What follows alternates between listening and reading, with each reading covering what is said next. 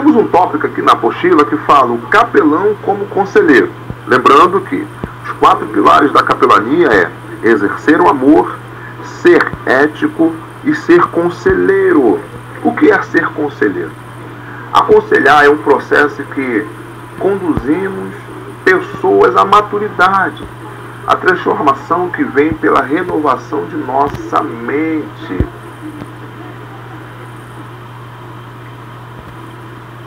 O conselheiro pode atuar sobre o comportamento dos seres humanos, produzindo sentimentos construtivos. A realidade é que muitos necessitam de encorajamento, respostas para vidas vazias. E lembrando sempre que o conselheiro, ele não deve falar muito. Eu já fiz muitos gabinetes e no término de cada gabinete as pessoas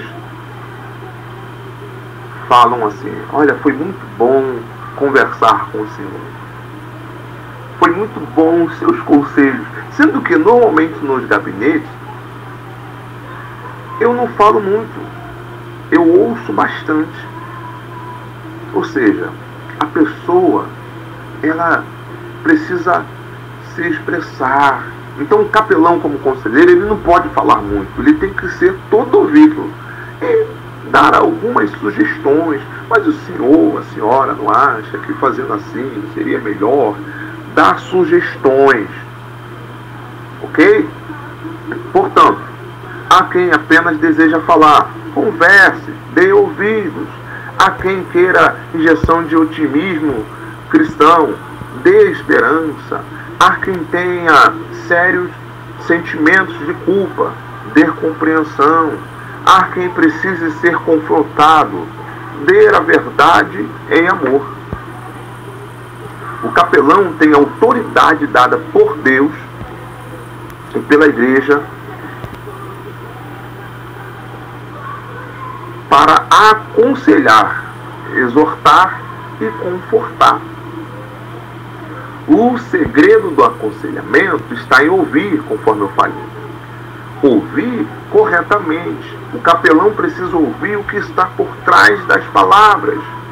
Palavras ditas, palavras não ditas, palavras em suspense. O capelão, ele precisa ficar atento a isso. O capelão e os princípios da organização. Nós vamos pular esse tópico aqui. A unção de Deus está sobre a vida do capelão. Eu já falei anteriormente. O capelão, ele tem amparo da lei e também ele tem o amparo de Deus. Quando Jesus falou, ide por todo mundo pregar o evangelho a todas as criaturas, ele não estava falando apenas com aqueles que têm cargo ministerial, não. Ele se dirigiu a todos.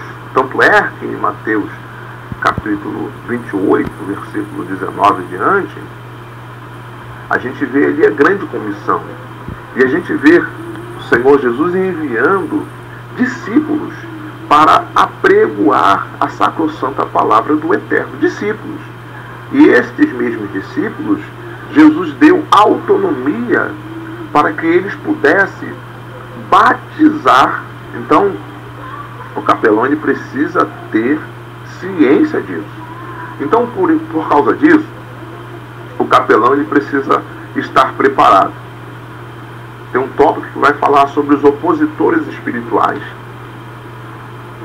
O capelão, ele precisa se revestir com toda a armadura de Deus, conforme está em Efésios capítulo 6, versículo 11 e 12.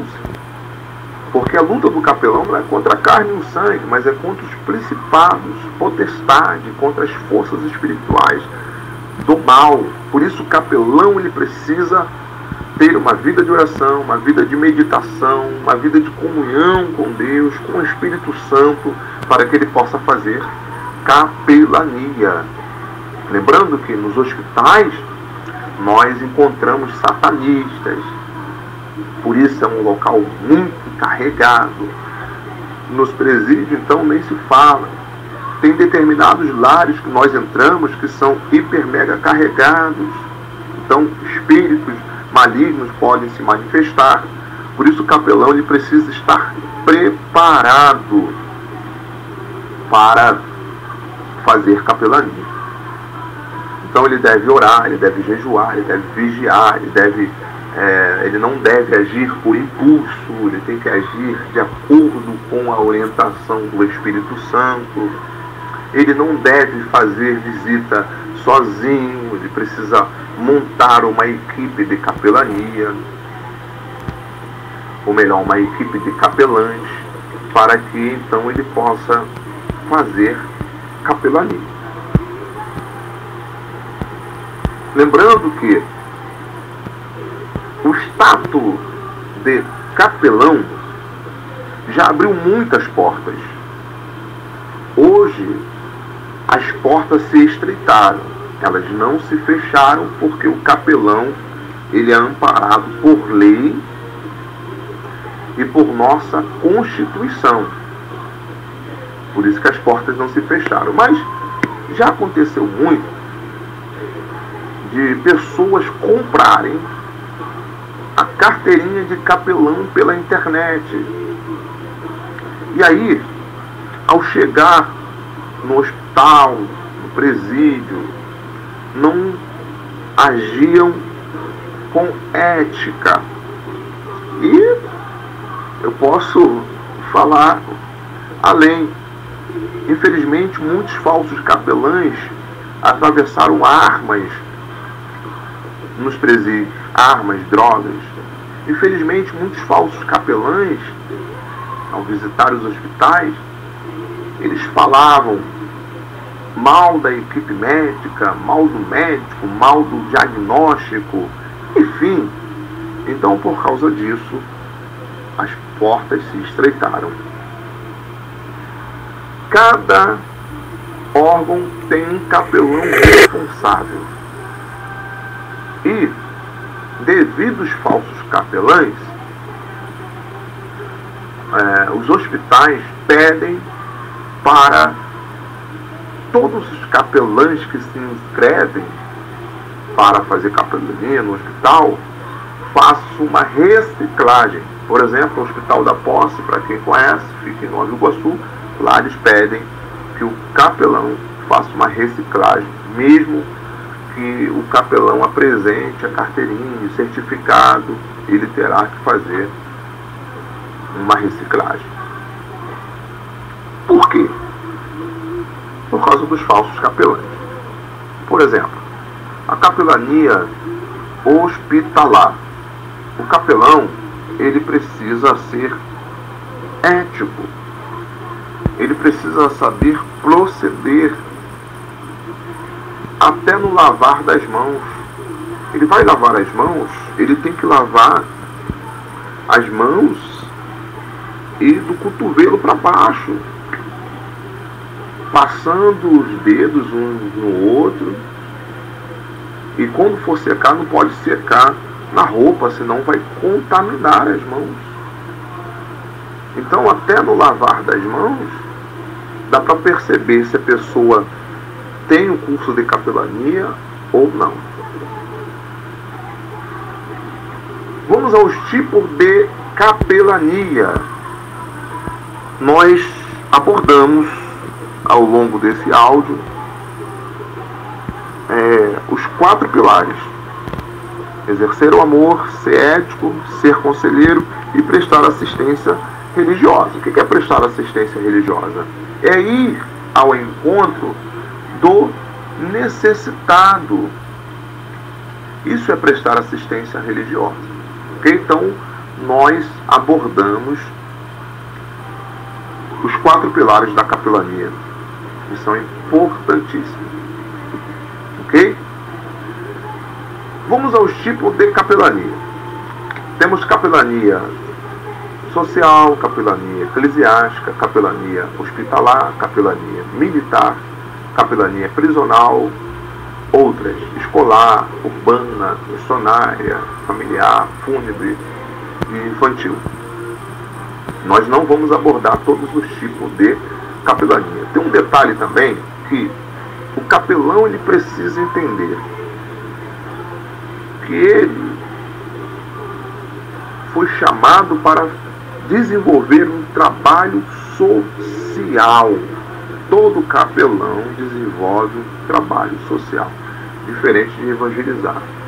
Infelizmente, o evangelizador ele se preocupa só de semear a palavra. Ele não se preocupa em ajudar o próximo, de fato, estender as mãos para o próximo. Tiago ele vai falar que a fé sem as obras, ela é morta.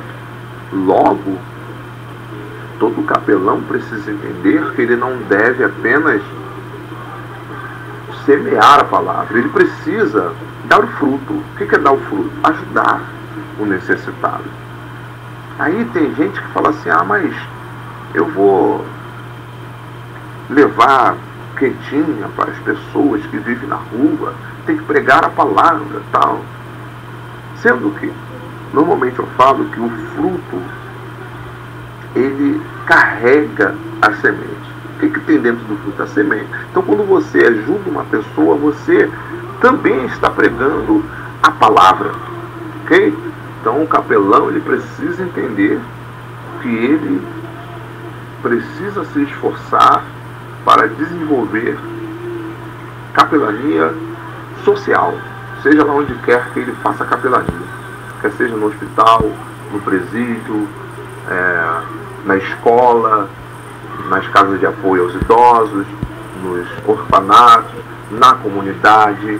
Ele precisa desenvolver um trabalho social.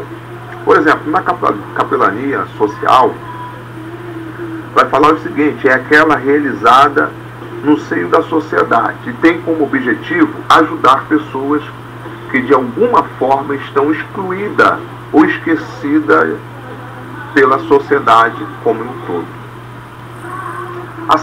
A ação social deve estar associada à apresentação do Evangelho como meio para mostrar às pessoas o cuidado e o amor de Deus.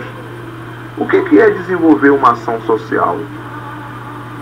É contactar profissionais da saúde para dar atendimento gratuito ou viabilizar aplicação de flúor quando esse profissional é um dentista, viabilizar cesta básica, viabilizar bazar para abençoar as pessoas com roupa, enfim, fazer trabalhos sociais. Isso é muito importante. Todo capelão ele precisa entender isso. Todo capelão precisa entender que a igreja a qual ele serve ao Senhor Jesus não deve ser apenas uma igreja na comunidade, deve ser a igreja da comunidade, ou seja, uma igreja que abre as portas para a comunidade. Todo capelão precisa ter isso em mente, ok? O capelão ele precisa fazer a diferença. Capelania eclesiástica. Essa capelania é muito interessante. A capelania eclesiástica é aquela realizada na própria igreja. As igrejas estão repletas de pessoas enfermas na mente, na alma, no espírito, necessitando de atendimento individual, com questões mal resolvidas, estão vivendo como reféns de sentimentos negativos, presas ao passado, debaixo de pesadas cargas de ansiedade, oprimidas por perda, andando como cegos à procura de ajuda. Enfim, o capelão ele tem essa autonomia. É claro, evidente, que antes dele começar a auxiliar as pessoas, aconselhar as pessoas, a ajudar as pessoas, e essas pessoas não precisam ser só os membros da igreja, essas pessoas podem ser os vizinhos, os moradores do bairro, o capelão ele vai fazer o quê? Ele vai montar um cronograma e vai apresentar ao pastor. Além dele montar um cronograma, ele vai montar uma equipe de pessoas, e essas não precisam ter um curso de capelania, porque essas pessoas receberão orientação do capelão. E aí, depois que o capelão montar a equipe e montar o cronograma de trabalhos sociais que ele vai desenvolver na igreja, de atendimento que ele vai fazer aos membros, de aconselhamento que ele vai dar, enfim, ele vai apresentar ao pastor para ver se o pastor aprova, e também para que o pastor possa colocar na programação da igreja, na agenda da igreja, no caso, né? Então o capelão ele tem essa autonomia biblicamente, né? E ele tem um amparo da lei. Então por isso é importante que a pessoa dê ciência ao seu pastor que ela está fazendo um curso de capelania. Ok? Vamos lá. Capelania hospitalar. Eu acredito que essa seja a capelania mais procurada pelos capelães. Normalmente as pessoas gostam de fazer capelania hospitalar. Capelania hospitalar é aquela realizada nos hospitais e casas de saúde pública ou privada. Ao visitarmos um enfermo no hospital, é como se estivéssemos visitando o próprio Senhor Jesus Cristo, que diz: estive enfermo e me visitaste. Sempre que o fizesse a um desses meus irmãos, mesmo dos mais pequeninos, a mim o fizesse. Então, o que é capelania hospitalar? O Ministério de Capelania Hospitalar Evangélico é a prática do amor por Cristo e pelo seu próximo. Ou seja, se você se preocupa com todos aqueles que estão no hospital, você está se preocupando com o próprio Cristo e com o seu próximo, é claro. Por isso que o escritor aos Hebreus falou que nós devemos nos lembrar das pessoas que estão internadas, das pessoas que estão presas e, logicamente, das pessoas que estão sofrendo, conforme ele mesmo falou. Ok? Então nós devemos nos lembrar de todas as pessoas que estão internadas nos hospitais públicos ou privados, e não somente nos lembrarmos, não somente orarmos por elas, nós devemos também visitar essas pessoas. Então, o mais importante é saber o seguinte: o que isso significa para as pessoas que estão internadas nos hospitais. Será que ajuda? Então, saiu uma pesquisa científica que o impacto da fé sobre a saúde física e mental de pessoas que têm fé e frequentam uma comunidade religiosa é hiper mega positivo. Nessa pesquisa, torna-se evidente que o grupo dos cristãos ocupam o centro das respostas favoráveis. Isso quer dizer o quê? Que todo cristão que tiveram que ser internados para se tratar, para cuidar de alguma doença ou para passar por uma operação, a recuperação desse foi hiper mega positiva. Então é importante, quando você vai, é importante visitar uma pessoa no hospital, porque o tempo de tratamento daquela pessoa vai ser reduzido. Já foi comprovado isso. Por isso que o governo,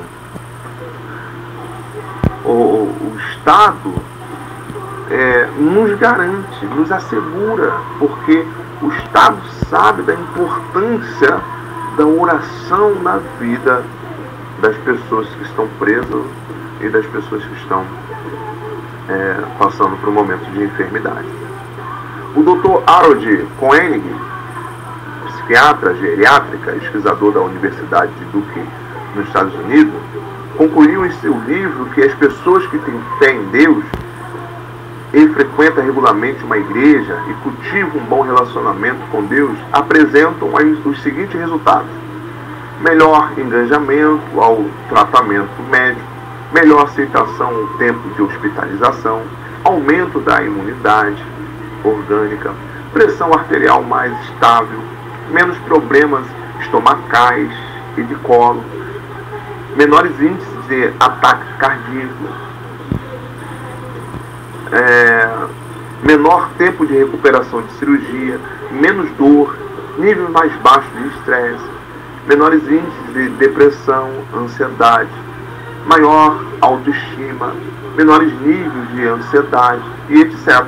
Então é valiosíssimo visitarmos as pessoas que estejam internadas nos hospitais públicos ou nos privados. Bom? Então exerça o amor. Como o capelão deve se comportar no hospital? A instituição hospitalar busca a cura física do paciente. É necessário que o capelão respeite o ambiente e a estrutura hospitalar. Isto é, o capelão deve trabalhar dentro das normas estabelecidas pelo hospital. Olha a ética aparecendo novamente. Como evangélicos, a instituição brasileira nos dá direito de atender os doentes, porém esse não é um direito absoluto.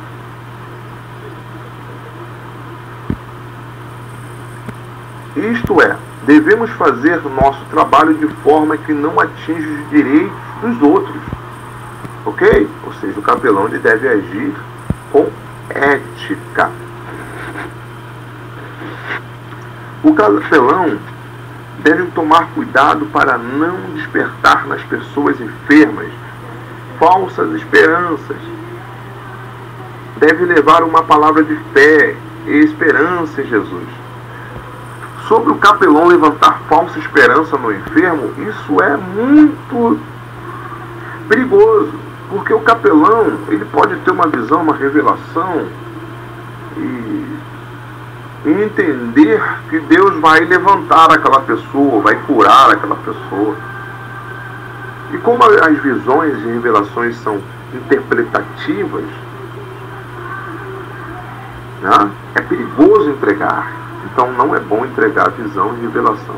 Melhor, não deve entregar visão e revelação, porque a visão e a revelação pode levantar uma falsa esperança no doente, e esse pode vir falecer, ou não, né?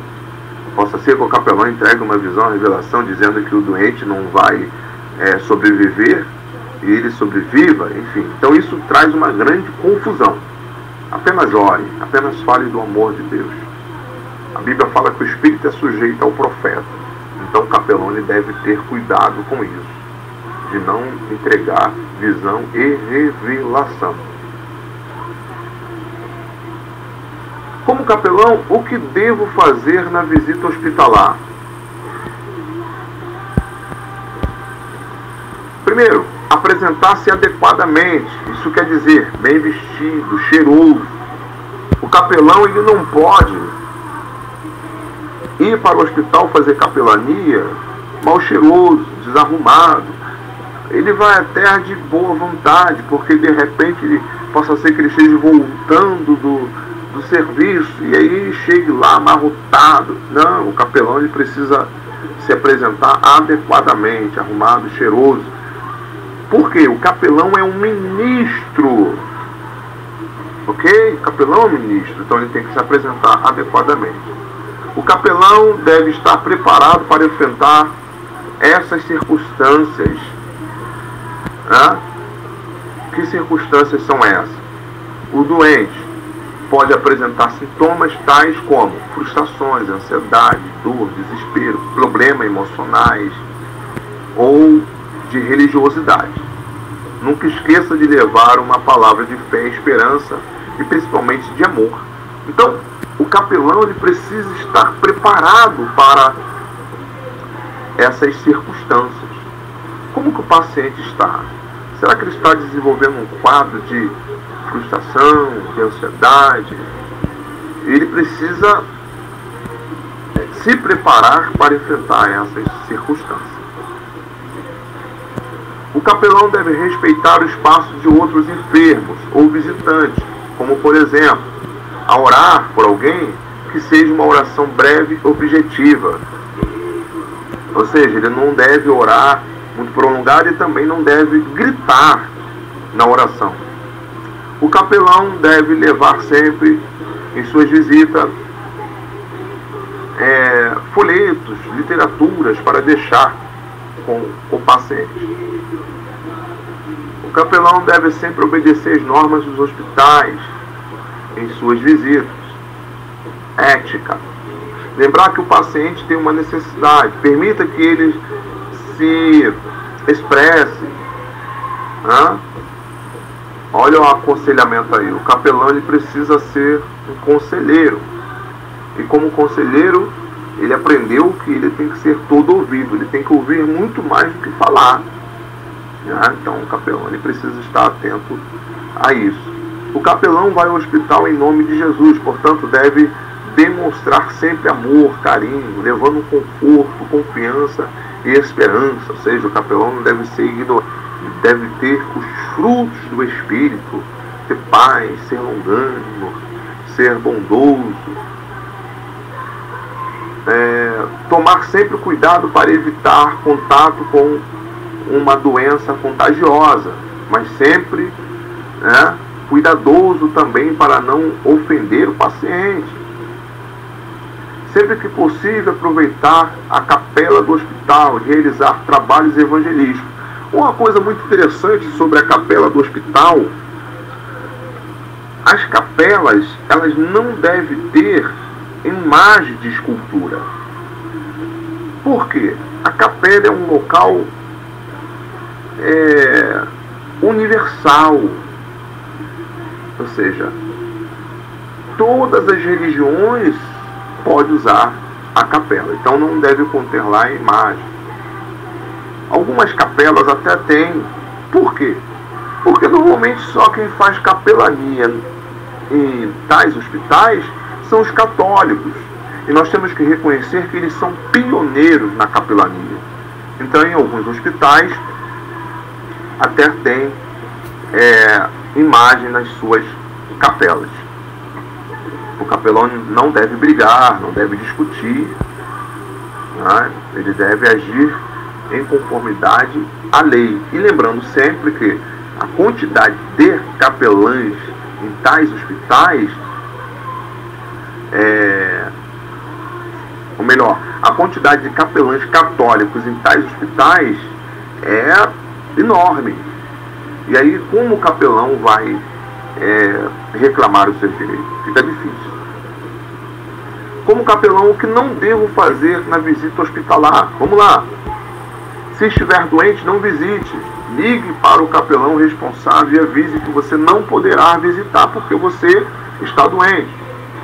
Não falar de suas experiências hospitalares. Lembre-se, você é o capelão e não o paciente. Você está ali para ouvir, você está ali para aconselhar, você está ali para falar da palavra de Deus, você está ali para orar e não para falar de suas experiências hospitalares. Até porque, se possa ser que a sua experiência não tenha sido muito boa. E a sua experiência é a sua experiência. A sua experiência não é a palavra de Deus. Isso quer dizer que a sua experiência nem sempre vai servir para o doente. O doente não pode colocar fé na sua experiência. Cada um tem o seu testemunho. Isso quer dizer que a forma que aconteceu comigo não quer dizer que vai acontecer com outro também, porque cada um tem a sua experiência, cada um tem o seu testemunho. Então, limite-se em falar apenas da palavra de Deus, porque falando da palavra de Deus, o capelão poderá falar com propriedade, com autoridade. porque a palavra de Deus ela não volta vazia. Então, como capelão, o que não devo fazer na visita hospitalar? Não deve deitar ou sentar no leito do paciente, acredite, tem gente que faz isso. Não entrar em quarto ou enfermaria sem antes bater na porta, seja ético. Não prometer curas em nome de Deus, nós já falamos sobre isso. Não falar em tom alto ou baixo demais, procure falar em um tom normal. Se falar alto demais, acaba atrapalhando o vizinho. Até os demais capelães que estarão ali orando ou aconselhando alguém. Então tem que falar no tom normal. Não falar muito baixo, porque isso pode causar ansiedade no paciente. Não comente com o paciente as informações colhidas com outro paciente. Isto provoca a falta de credibilidade ao capelão. Fofoca, tem que ter cuidado com isso. Não forçar o paciente a falar ou fazer o que ele não deseja. Deixe o paciente à vontade. É aquela velha história.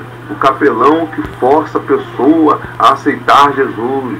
Lembre-se, ele não precisa proferir, eu aceito Jesus. E se a pessoa for deficiente, se a pessoa for muda e surda, como que essa pessoa vai proferir a palavra eu aceito Jesus? A não ser por sinais. Então isso quer dizer que Deus, ele contempla o coração da pessoa. Não comer a comida do paciente. Por que não pode comer a comida do paciente? Porque normalmente o paciente ele deixa a comida muito tempo exposta. Por toda comida, todo alimento, o paciente tem que comer logo devido às bactérias. Então aquela maçã que está exposta ali já está cheia de bactéria. E por isso o capelão não pode comer a comida do paciente. Não levar alimento para o paciente, porque o alimento chega lá contaminado, e sem contar a dieta que o paciente precisa cumprir. Então não levar alimento para o paciente. Não demorar muito na visita, tem que ser bem dinâmico. Os pacientes em estados terminais, ao visitar um doente terminal, temos de atentar para o estado de espírito desse paciente. Por isso nós precisamos conversar com os parentes e até mesmo com o paciente para nós tentarmos identificar o estado de espírito do paciente. Porque os pacientes em estado terminais, eles passam por algumas etapas. Por exemplo, negação. Normalmente ele nega que está doente. E agora? E automaticamente nega a morte iminente. Ele nega. O paciente já está com câncer e ele nega a morte iminente. Quando eu falo morte iminente, eu estou falando de paciente que se encontra em estados terminais, ok? Pacientes em estados terminais. Então a gente tem que atentar para isso. Aí ele está negando. Aí tem o estado da revolta. O paciente ele fica revoltado. E agora? Como lidar com esse paciente? O paciente entra no estado da barganha. Se Deus me curar, eu vou fazer isso. E tenta negociar, chantagear. O paciente ele entra no estado depressivo. Aí ele já para de falar. Se entrega à situação, fica desanimado, perde a vontade de viver, depressivo. O paciente ele entra no estado de aceitação. O estado de aceitação fica mais fácil para os parentes, para o capelão aconselhar esse paciente. Paciente na UTI. A UTI nasceu na necessidade de oferecer suporte avançado de vida a pacientes agudamente doentes, que porventura possuam chances de sobreviver. É um ambiente de alta complexidade. Como o capelão deve agir nesse ambiente? O capelão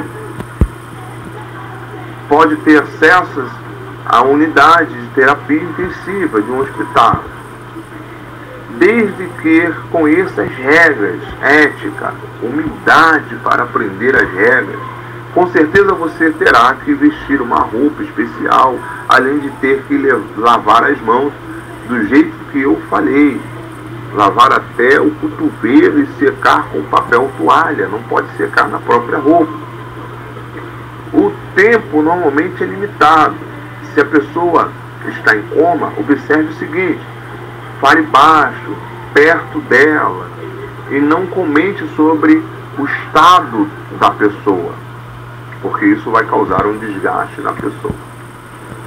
Então, já foi comprovado que a pessoa, ela ouve. Por isso que o capelão, ele deve pregar a palavra, orar pela pessoa. Então, nós poderíamos aqui abordar os outros tipos de capelania, mas cada capelão, ele deve pesquisar na internet os outros tipos de capelania, porque se nós formos falar de todos os tipos de capelania, nós ficaremos aqui alguns dias para abordar os tipos de capelania. Quando eu falo nós, eu falo no nome da instituição, eu falo no nome dos diretores da instituição. Eu cheguei a citar sobre a capelania escolar. Tem a capelania urbana. A capelania urbana é aquela que você desenvolve no seu bairro, no bairro da igreja. Capelania missionária. Por exemplo, um detalhe muito importante: eu fiz um curso de capelania aqui no Brasil e consegui exercer lá na África. Por quê? Eu agi com ética. Cheguei lá, procurei me inteirar dos costumes do povo, para depois então começar a pregar o Evangelho.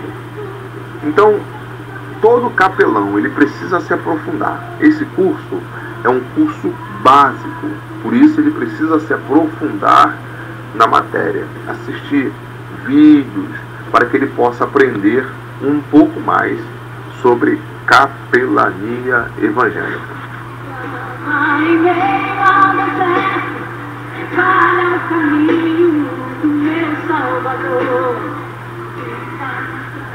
Bênção pura, você chegou ao fim do curso de capelania evangélica. Que Deus possa te abençoar. Não deixe de ler a apostila para fazer a prova. Lembrando, você já é um capelão. Nós estamos apenas pontuando alguns detalhes e estamos aqui com a finalidade de te credenciar, tá bom? Que Deus te abençoe rique poderosamente.